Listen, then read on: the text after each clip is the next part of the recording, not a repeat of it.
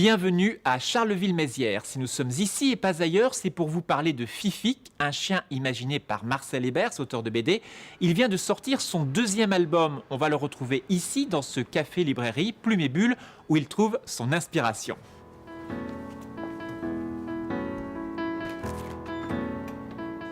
Bonjour Marcel. Bonjour Laurent. Ça va bien ? Très bien, et toi-même ? Très bien. Alors on va parler de ton album aujourd'hui ? Oui. Fifique et tome 2, En marche vers la gloire, qui vient de sortir. Tu sais quoi, on va aller là-haut, on sera plus tranquille. C'est bon pour toi, Ronan ? C'est bon, c'est bon. Bon, Allez, on y va.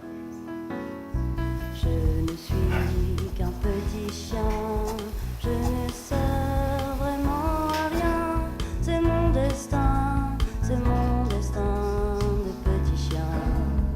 J'ai commencé à gribouiller sur une feuille de papier. Ce petit chien, il est ressorti. Voilà, c'est ça, j'avais oublié.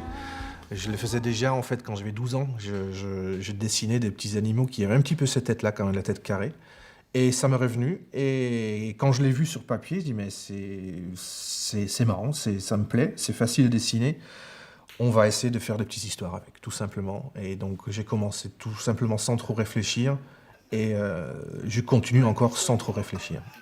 C'est un peu grâce à ses amis, un peu beaucoup même, que Marcel Hébers s'est décidé à faire sortir son héros de l'ombre. Jusqu'alors, Fifique évoluait dans un cercle plutôt confidentiel. Pourquoi les éditeurs ont accroché au personnage ? Parce que je pense que le côté pastille, 3 cases au début, il y avait un petit côté immédiat qui a dû plaire. Et il y a aussi... je ne vais pas remettre en cause les talents de dessinateur de Marcel, mais il a le trait précis, parce que je ne sais pas s'il a une grande palette de traits, mais voilà, des personnages précis, facilement identifiables. Après, moi je dirais parce que c'est drôle. Fifique, c'est un univers bien particulier. Depuis le chien philosophe qui se pose beaucoup de questions existentielles et au sale caractère, et tout un tas de personnages attachants, sans compter son maître, un tantinet dépressif.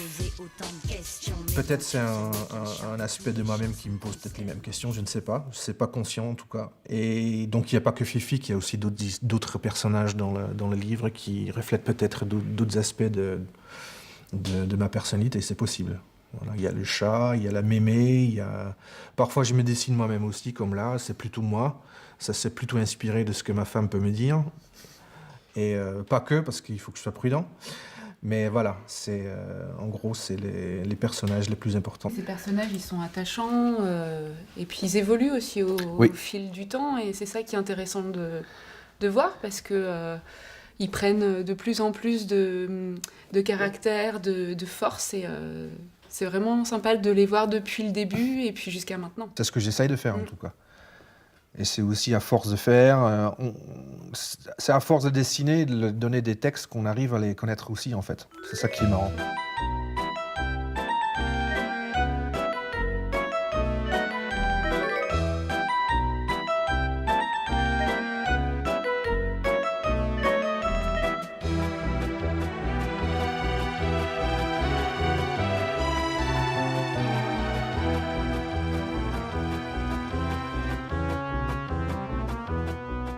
L'avantage d'une BD aussi, c'est qu'elle peut s'adresser un peu à toutes les classes d'âge. On pourrait me dire qu'il y a plusieurs degrés de lecture. C'est effectivement ce que je cherche maintenant. C'est comme les gens y veulent. Mais ça, c'est l'avantage d'avoir des animaux aussi. C'est très, comment dire, ça reste très, très ouvert. On peut se reconnaître dedans. Je ne sais pas comment ça se passe. Ça fait appel effectivement à l'enfance.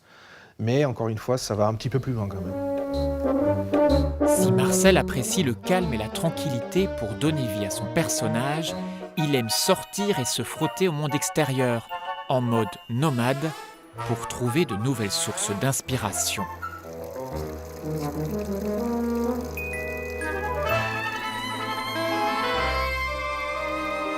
Est-ce que l'aspiration est bonne là ? Oui, toujours. Oui, je ne cherche pas trop en fait. Ça vient ou ça vient pas. Je ne me pose pas beaucoup de questions là-dessus. Je dessine, j'invente des choses. J'essaye de pas trop juger mon propre travail. Ensuite, c'est les autres qui s'en occuperont peut-être. Comment ton personnage risque d'évoluer dans les années qui viennent ? À terme, j'aimerais bien faire des histoires plus longues. Tu sais quoi, je vais te laisser travailler. Moi, je vais continuer mon petit bout de chemin. Ça marche. Voilà, et je te dis à bientôt. À bientôt, merci d'être venu à Charleville. Ça marche, merci.